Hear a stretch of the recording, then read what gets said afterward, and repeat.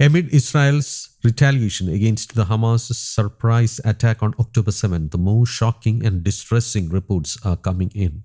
The New York Times reported that hospitals in the Gaza Strip are nearing collapse without electricity and basic supplies, and doctors have had to decide on which patients get ventilators, who gets any medical treatment at all, or who gets resuscitated. It reported on Monday that small children in hospitals are undergoing amputations or brain surgeries without anesthesia or clean water to wash their wounds. Some veterans of wartime medicine in Gaza said that the conditions inside the overcrowded and impoverished territory are the worst they have ever seen, as entire apartment blocks, schools and hospitals crumble. Our teams are physically and psychologically exhausted, said Bassem al-Najjar, the deputy of the head of Al-Aqsa Hospital in the city of Deir al-Balah in central Gaza. Some doctors remain a whole week in the hospital. Some of their families are brought to the hospital killed or injured. And some doctors go home and are killed there. And then the bodies are brought back to the hospital, he said. He added that 3 of the hospital's staff members had died at home under Israeli military bombardment.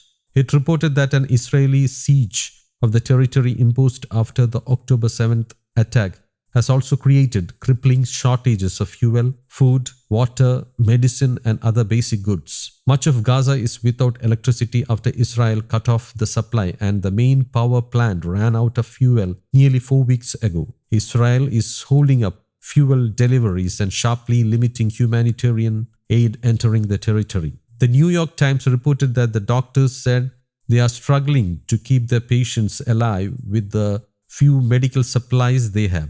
Damage from airstrikes and severe fuel shortages have shut down nearly half of Gaza's hospitals entirely, while the ones with their doors still open are providing minimal care at best, doctors say. A lack of fresh water supplies and iodine has left wounds filthy with maggots nibbling at patients' charred and torn flesh, according to interviews with doctors at 4 hospitals across Gaza. Without adequate water, doctors and nurses are unable to provide sufficient sanitation for their patients to wash wounds or hospital bedsheets.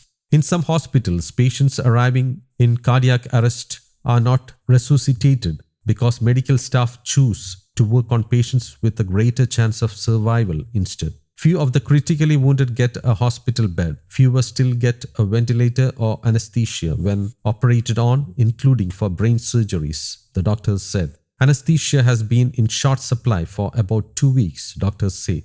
On top of all those challenges, the hospitals have become temporary orphanages too, according to medical workers. In some cases, children have arrived at hospitals after their entire families were killed in the war. Some children watched as their parents died on hospital gurneys or tile floors. The medical staff has cared for some of the children until a relative can come to take them. Najjar said that each day in his hospital starts with a fight to preserve dwindling fuel supplies. That struggle is shared by the 19 other hospitals.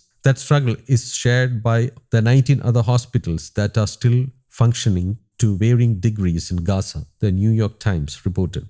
News Desk, Kaumudy Global.